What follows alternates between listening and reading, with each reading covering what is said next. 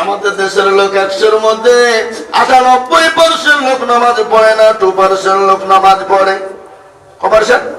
2%। বলুন তো এই 2% লোকের কি নামাজ হয়?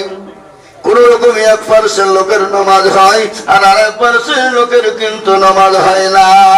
চাচার দাড়ি পেকে গেছে, চোখ নরম হয়ে গেছে, কিন্তু নামাজ পড়তে জানে না, আত্মাহিয়াত জানে না, দুরূদ শরীফ জানে না, দোয়া কুনুত জানে না, দোয়া মাসুরা জানে না। ইন্না তাইনাকুল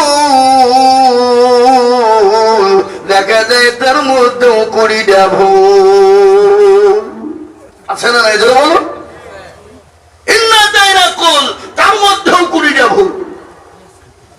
এরা শিখেও না, শেখার চেষ্টাও করবে না।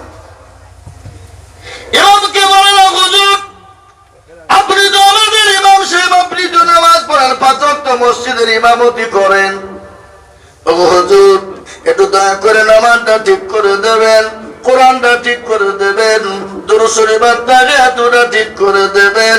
কোনদিন ইমামের কাছে তারা বসে না। বসে গো? কথা বলুন, বসে? কেন বসে না? কেন বসে না? যদি ইমাম সাহেব যদি ভুল ধরে ফেলে, আমাদের তো ইমামের কাছে মডলি চলবে না, মাথা